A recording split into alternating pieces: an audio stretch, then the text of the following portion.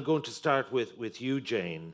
First of all, before we get to is 23 too old, the gaps, the gender gaps, the gig economy, self-employment gaps, the things I discussed with Zoe and what Stuart alluded to, those who are slipping through the system. You've seen and heard from the Minister the Irish design, only a European state without an AE system. Are you satisfied with it, and do you think it's from an employer perspective, and this is the primary element of our discussion here? You heard Pete talk about the employee perspective, the employer perspective. Do you think it's fit for purpose, Jane? Yes, so as you say, if we leave aside things like gaps around gig economy workers, younger workers, women, etc., from an employer perspective, this has probably been set up in a very attractive manner in that the CPA is going to take on the bulk of the heavy lifting, or at least that's what we're being told at the moment. The CPA will use revenue payroll data to determine who should be in the scheme. It will notify an employee's employer or employers if they hit the lower income limit, or the income limit that brings them into the frame across multiple employments, that they should be in the scheme. The employer will then have to collect that employee's contributions and make its own contributions and submit those to the CPA. But there is pretty much where the employer's involvement ends. After that, the work is done by the CPA. So I would say... So what can possibly go wrong? Well, from an employer perspective, at least the risk is very much reduced. Right. But surely the employer has to set up the IT system to make the deductions. The employer is the one who has the fiduciary responsibility in the first instance to the employee.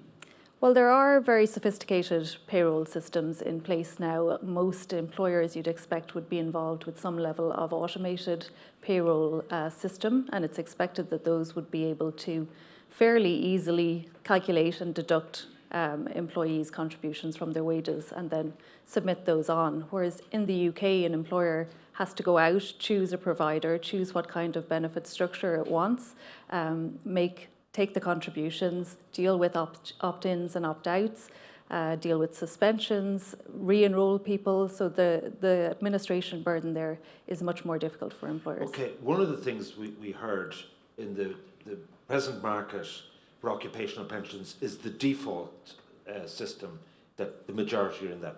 When I hear about the CPA are going to outsource 4 different types of funds, high to low risk, where will the default be?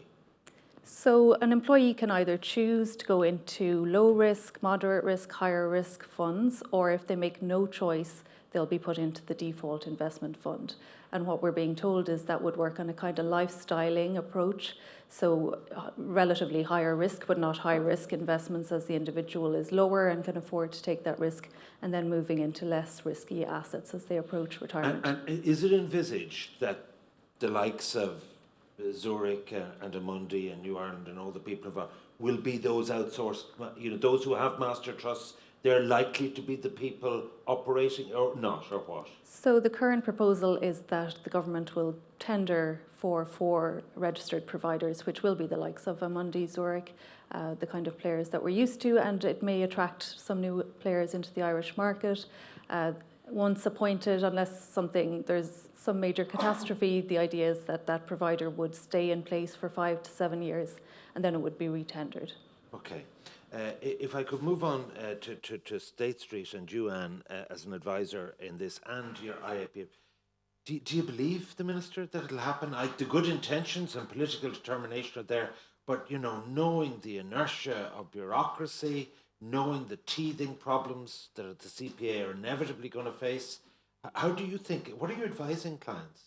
Well, let me just say, as head of State Street Global Advisors, we'd want to be in the mix as well, just as an investment provider, just to get my day job in. But as from the Irish Association of Pension Funds, I mean, political manoeuvres better than I do, Ivan. But I think the intent is there, and the Minister has said that, and she said that multiple times now. I think that the dates, and I think you quite rightly asked her about that, are very ambitious. When we think about it from an association point of view, I think the greatest ambition is the CPA.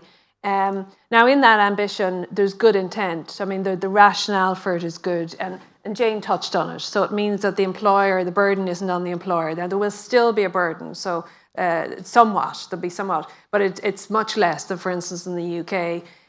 This concept of the pot following the member, again, we know, and Zoe touched on this earlier, in other jurisdictions, that is a challenge because people, when they move employment, they've all these small pools. So the idea that you just have one pool is it's a real credible ambition. I think that has to be acknowledged.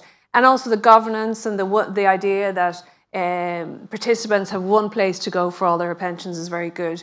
But from an association point of view, our members are current schemes, the trustees of current schemes, they're service providers to the pension industry, whether that's administrators, investment managers, advisors. And the administration of pensions is not easy. You're getting contributions, then you have to invest that, then when people reach retirement. So the actual administration of it is quite complex. And I think until you get into that, and there's still a little bit away off that, and that's, I guess, the concern for us in terms of the timeline, is that the intent is to set up the CPA with working staff, a board, all of which is good and proper governance, but all of that, appointment of administrators, appointment of investment managers, all takes time. So I think we'd be very, very hopeful that this is going to eventually happen. I think that the time frame is maybe what we would have some reservations about. And can you indulge us in telling what you said eventually there, right? But I kind of said right. What are you advising clients about? About the timeline? Do you it seems to me improbable. I don't think it's improbable it's going to happen. It's definitely of the 1st of January 24 is improbable. And I think that's what the gap is that we have when we talk to people, is that, and the Minister touched on it, there's going to be a communication strategy, hugely important, because that's going to give people the chance, and that communication strategy needs to earmark and give people the opportunity to set up the systems. I think one of the big issues is that this system has been built, and I think the department has done this for very good reason, to say, let's capture the 750 people that currently don't have access to a pension, and that's what we're going to concentrate on and make sure that they get in.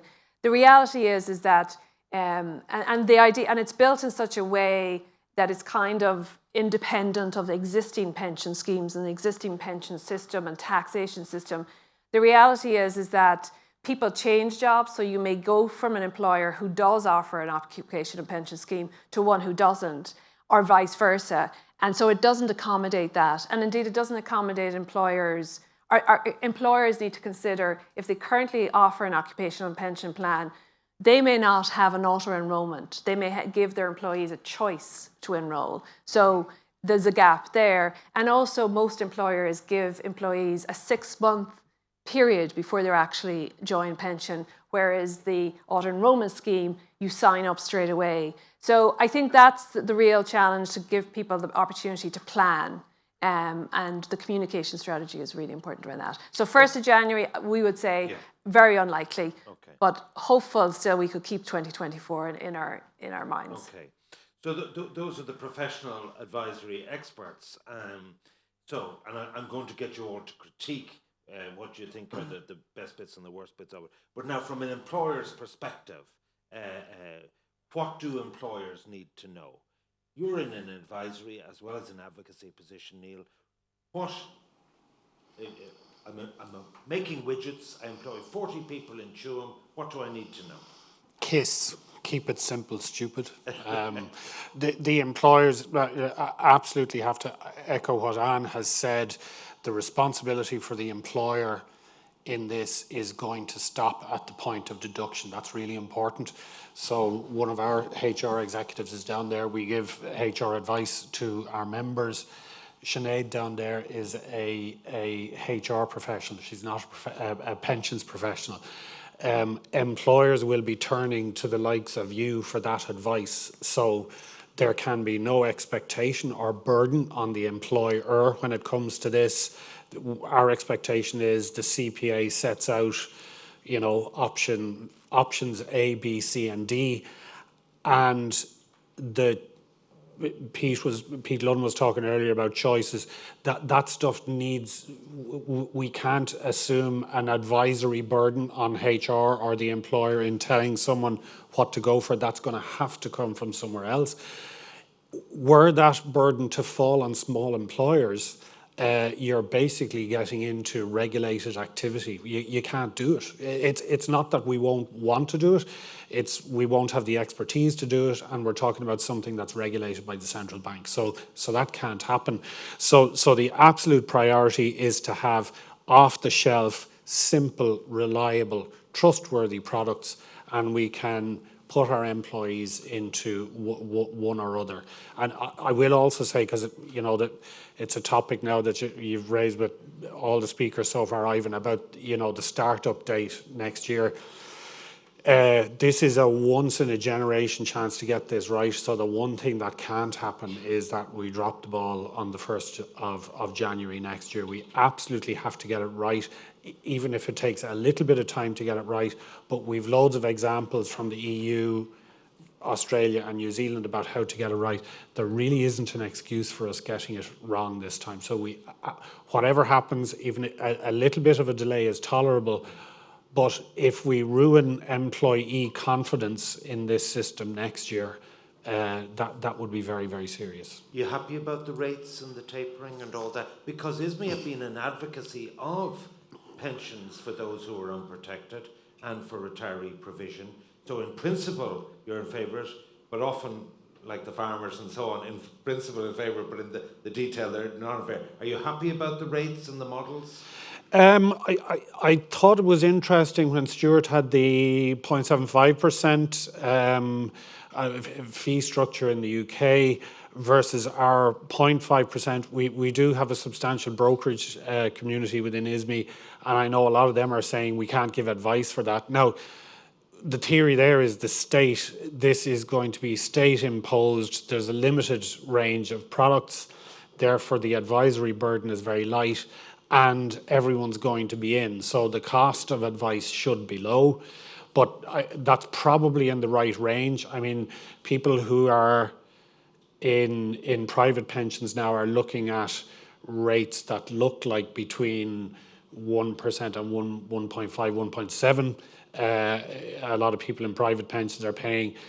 Is 0.5% too tight? I don't know, and I wouldn't comment. I'm not qualified to do so. But it absolutely, when you look at the compounding effect of pensions over time, we have a legitimate expectation that rate will be low. There was something there you said, absolutely line in the sand once the employer makes the deductions. But when I was speaking to Rose earlier about master trusts and existing occupational pension schemes, she opened my eyes to the fact that company owners, company directors have this legal responsibility after IORP2 to actually do it, and therefore they should go into a master trust and let them do what is a very onerous burden of regulation. Will it be as simple? I know what you want, but will it be as simple as that? The only person the employees can collectively talk to will not be some civil servant in CPA, it'll be their employer, who is the de facto trustee. Will you get dragged inadvertently into all this? If that happens, and I know in a different, with a different department at the moment, we're talking about now what's coming out of Europe in terms of the Corporate Due Diligence Directive, for example. You do have to reduce this to basics, and the people that we represent, the butcher, the baker, the candlestick maker, the hairdresser, they're our people. If that 4-chair hairdresser, and she's manning one of the chairs and she's employing the other 3, is now a quasi-pensions advisor, it's game over for that business. From an employer, from a liability perspective, from an insurance perspective, that's not going to work. We are going to have to be able to contract our way out of that unless you want to turn every employer in the country into a pensions advisor. Like, we are in a different league to the Lidls of the world, where you have a big HR department and you probably actually can employ someone who's professionally qualified and dedicated to that sort of thing. 99.7% of businesses in this country are small, medium or micro, and 90% are micro. They've less than 10 employees. So the notion that any kind of professional expertise in pensions is going to vest with the employer is totally impractical. Okay. Maeve, very interesting, because when I was speaking to people earlier, they were saying to me that, who are the people who are not on pension coverage, and retail and hotel and hospitality came very high on the list. So I'm very interested, and I never know whether it's Lidl or Lidl, you can put me right on that, but I'm very interested in your perspective of this, because you're a very voluminous employer, you have a lot of people on your payroll, north and south. So do you have and already have an occupational pension scheme? How would you propose to deal with part-time workers who may be under the 20 grand threshold? From your desk as head of HR and chief people person, what does all this mean to you? Firstly, we'll answer to Lidl, Lidl, or anything else as long as you shop with us, Ivan. So we've a lovely store in Enniscorthy. Yeah, you do. But as far as, and I appreciate, Neil, we're in a very different circumstance as an employer to the many other employers across the country. We have a workforce of 7,500 on the island, and we have occupational health scheme for all of those employees. So that, I suppose, is not the same as... Occupational health scheme? Occupational pension scheme, excuse me, for all of those employees. As Jane Irrespective said, of if they're doing 12 hours? irrespective of the hours that they're doing, yeah. As Jane said, we have eligibility criteria then, so it may be after a certain period of time, whether it's after 6 months or 12 months, depending on the role, but the scheme is available to everybody. And we see varying levels of take-up of that throughout the organisation for people who work in different roles. But we do have those who are eligible. We probably have about half who take up the occupational pension scheme. It's interesting because we have the experience of Northern Ireland as well, where we have auto-enrolment. About 20% of our workforce don't meet the eligibility criteria in Northern Ireland, which is already lower than the criteria that's being suggested here. So we have 20% who are under the age of 22, for example, and they don't meet that criteria. Now, of those who are eligible, it is great to see that less than 5% opt out. So we can see that the scheme is beneficial when you get people in. Inertia works both ways, whether you join or you opt out. And when you get people in, people do tend to stay, and that's really, really positive. It is concerning, though, that we have such a large portion, and you'll find that in many industries, retail, hospitality would traditionally have maybe a younger workforce. So that workforce, maybe we need to look at that again. For us, we will need to look at... Are you saying that your occupational pension level of activity actually makes AE irrelevant to you? Is that what you're No, saying? that's not what I'm saying. I'm not at all. Because also in hospitality or retail, speak about retail, our business, you also have high levels of turnover of staff as well. So we may have a lot of people who never reach the eligibility of maybe 12 months to join the occupational pension scheme.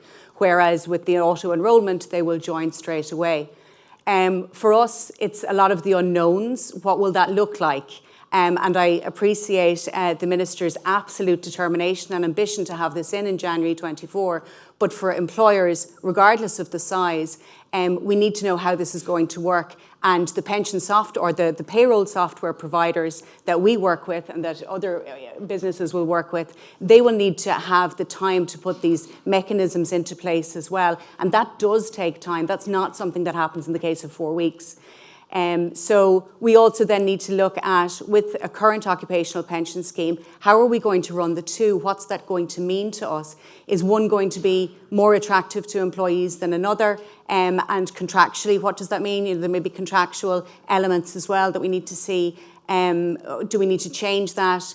Does it make sense to extend our occupational pension scheme and maybe change some of the eligibility criteria so that we capture everybody who would have been captured by auto-enrolment? So there's a lot to think about and a lot to do, but in the absence of all of the detail and the information, that makes it very challenging for employers. Okay, I have a number of questions, but I want to pivot now to, okay, let's not make the best the enemy of the good.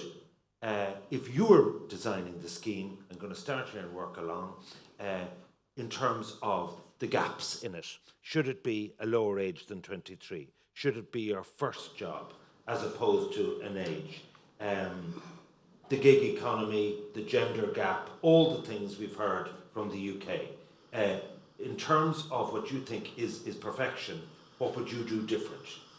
So I'll pick the first one that you mentioned, Ivan, just for simplicity. Yeah, the age gap, it's the highest minimum of all auto-enrolment schemes around the world. And I know that, again, that the concept is that our population stay in long-term employment for longer. But again, based on what Pete would have said earlier, this is all about behaviour. This is all about habits. So somebody who enters the workforce for the first time, to develop that habit straight off the bat in terms of allocating money to their pension is really important. I don't really know that there's any great reason for it to wait until they're 23. So if you were to change one thing, that's certainly most something. Preferable age or first job? What would you say? First job is Okay. good. It's, Okay. Again, it's habits. Yeah. Gender and self-employed.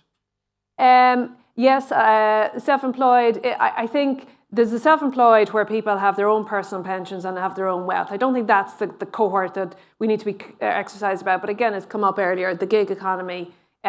We need to think about that. The economy has changed. The way people are employed has changed. So the problem with the gig economy, let's be fair about it, is there's no employer. They're Yes. self-employed. So the level of contribution for people who mightn't be, doing Yep. that well, and it could be, COVID flattens you or whatever. It's not that simple. Yeah, but at least have an opt-in option, and there currently Okay. isn't. So I think that's an issue. On the gender side of things, yes, again, it's come up multiple times. We know the experience from other jurisdictions. We saw the pension gap in the UK about 50%. There are measures we can take to narrow that. One is the age, but also the minimum salary of 20,000 as well. Post-retirement, what do you think is the optimum scenario? It seemed to me unclear from Nest of how this will evolve. Some people just say, give me the money at 55. How do you envisage the post-retirement thing will play out? Well, how it's envisaged right now is that what the Department have said is that we've no need to think about this for 10 to 15 years because people won't have a pool sufficient to think about options. We would say, let's start to think about that sooner than 10 to 15 years because we want to make sure that we optimise the options for people. In an ideal world, from an industry point of view, ideally you'd actually be able to keep people in their pension scheme and let it roll into retirement. And that avoids this cliff edge scenario where when people reach retirement, they suddenly have this pool of money that they don't know what to do with because they've never got financial advice about this. So we have the time. If we're going to take that 10 to 15 years, let's use it very wisely to build a very good, and there's examples from around the world of how you might have a good post-retirement scenarios for people as well. Okay, Jane, you've seen the heads of the bill. What do you think might perfect it?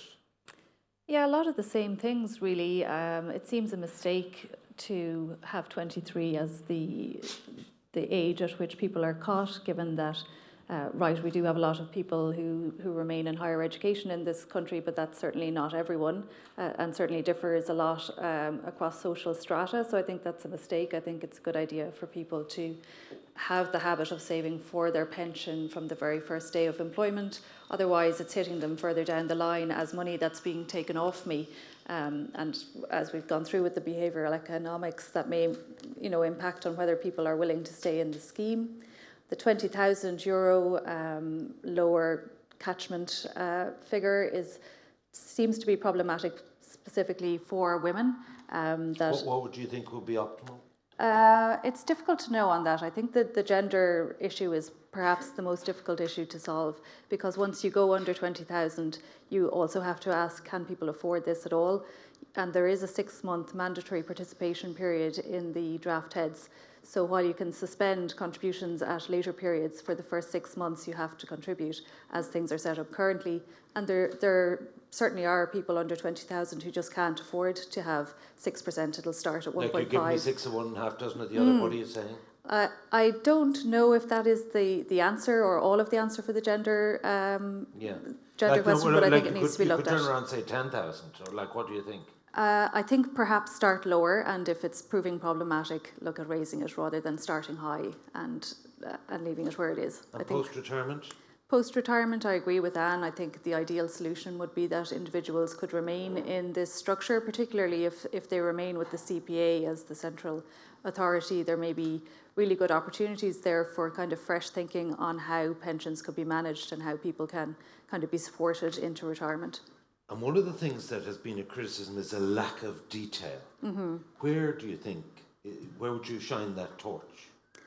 I think there's a lot of lack of detail around how they're going to... One aspect that really sticks out for me is assessing whether somebody falls into the net based on the €20,000 across multiple employments. Because I think the way things have gone with gig economy workers, platform workers, you might have quite a large cohort of people who have very variable earnings, and while 1 month they might be over the 20,000 figure, the next month they may not. How is that going to be assessed and actually run in practice? I don't think that's clear at all. Seasonal workers come to mind as well. Absolutely. So, okay, if the Minister rang you, Maeve, and said, what do you think we should change here based on your Northern Ireland experience, what would you say? It's only, I suppose, repeating what has been said earlier on. I think it's interesting that there is experience there from other jurisdictions, and there's a commonality in the things that are being said over and over and over again. And I haven't heard anybody come out and say the opposite. So if that experience is there and it's starting to feel a little bit as clear as the nose on your face, that can't be ignored. I think that if that experience is there, and the Minister said it herself, that they have looked to other jurisdictions, whether it be Australia, New Zealand, Sweden or the UK, as to best practice, then we should take that best practice and maybe reconsider some of the decisions that have been made. And from your position, they introduced a statutory sick pay scheme, quite separate, but you've had teething problems with that, have you? And do you have any concerns arising from that for this? I would say that, again, it comes back to the detail being there in sufficient time for employers to be able to put the measures in place and the mechanisms in place to fulfil their obligations. So, for example, and it's a separate matter, but the guidelines on statutory sick pay came out at the end of November for implementation on the 1st of January. Simply not enough time for any employer of any size to react to, and I would be nervous that something similar would happen then with pensions. Not to repeat those mistakes. Exactly. Okay, Neil, you have the floor. You've advocated the scheme, but what are your reservations as proposed? Come in at any age. Your first job? First job. I have a 15-year-old and a 17-year-old. They're both working. Why can't they be in the pension scheme? They've been working since 4, have they? and paying contributions to the house. No income limit. Reward virtue. So no for those who exit. What is the income limit? It's 20,000, and as I understand it, that's based on adequacy criteria. So our old age pension is about 12 grand a year. Kind of double that is 20. Sorry, that's the what I call the income threshold. Yes, yeah. Sorry, the income. income. Is there a ceiling as well? There's 80,000 under the. Okay. Yeah, right. that as well. That's an interesting the concept. I think this is very much a civil service construct. People have an issue about allowing people to save a lot of money, which is a very Merrion Street way to look at things, which we wouldn't be happy with. But in the prioritising where the biggest problem is, which is the non-pensioned at the moment, reward virtue. So in other words, Stuart referred to the people who exited in the UK, and I have seen a bit of this since the cost of living crisis in the UK. I'm not sure what the technical rules on this but I wouldn't let anyone withdraw anything other than their own contribution. So the state and the employer contribution stays in there. It's not that you lose it, it's attached to you, but you don't get anything other than your own money back. And it needs to be much more sensitive to the needs of the self-employed. As you know, Ivan, there are years you'll make lots of money. There are years you'll potentially make nothing. This system has to work for the self-employed as well. We have to. But there's absolutely no provision for that. As I understand it, it's very poor on that. It doesn't reflect the needs of the self-employed. I think the attitude there again is the self-employed. Again, there's a Marion Street attitude that PAYE workers like me pay 15% PRSI. I don't. I pay 4%. The self-employed pay 4%. Everyone pays 4%. The issue around pensions affordability is people, not to get too anarchy, but I did when we were prepping for this, I said a worker who works for 45 years on the average industrial wage will earn 2 million quid, of which they'll pay 81k in PRSI. At the current rate of the old age pension, that's only 6 years of old age pension, and men are living to 83 and women to 84 in Ireland. So that shows you not just the income adequacy issue, but the length of time that we can afford to live on a pension. We're not paying enough in employee PRSI.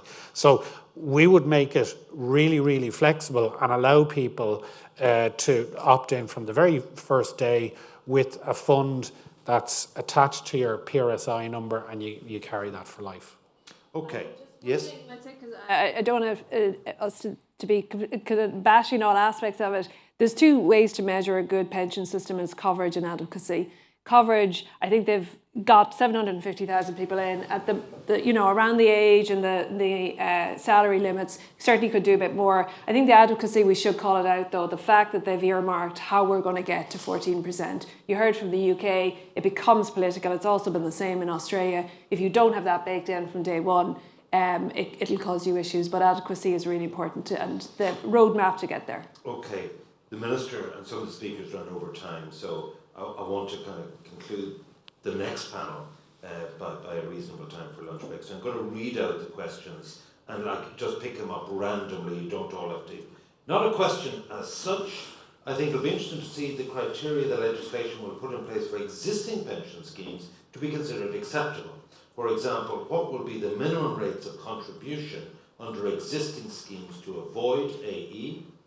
Was the now unlimited contributions allowable to PRSAs an unintended consequence, or will that remain in place? Will it remain in place? Unlikely, I think. Sorry? Unlikely, I would say. Unlikely. Will the Pension Authority government better communicate the need to move to a master trust to the wider public? Well, that is obviously a requirement of everybody, I would say. Does the 6-month lag before opt-out not cause an issue if the reason for opting out is religious, ethical? For example, issues with non-TACAFEL, military war investments, animal testing, etc.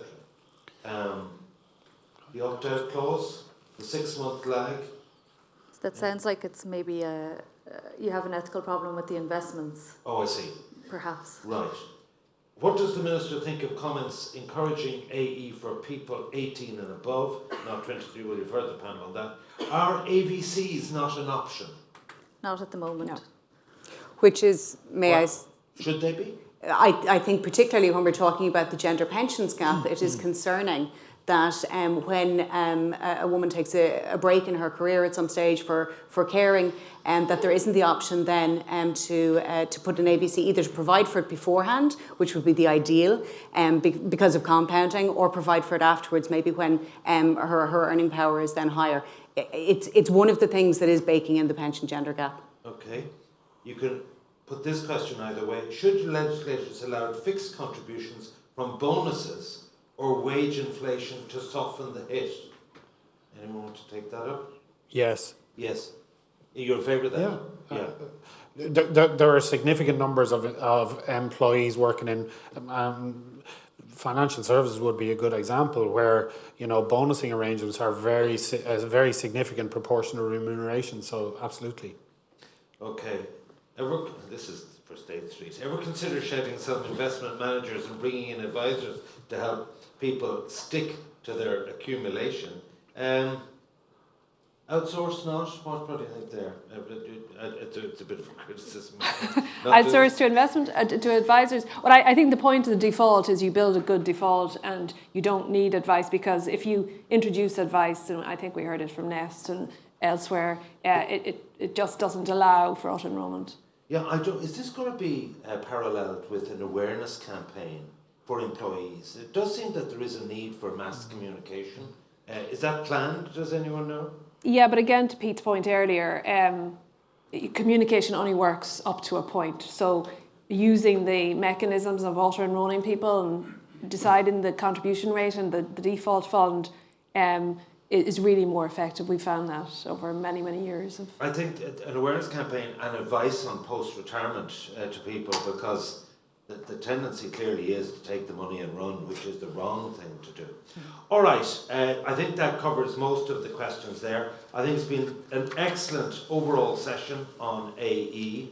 I want to really thank all the panellists, Neil, Jane, Maeve and Anne. I think they've been very direct in pointing to possible improvements in the scheme, but obviously these are people who will be able to give advice, and ISME has a stand here and so on, to people, because, you know, people have a huge knowledge deficit in this whole area. Ladies and gentlemen, please show your appreciation of the panel.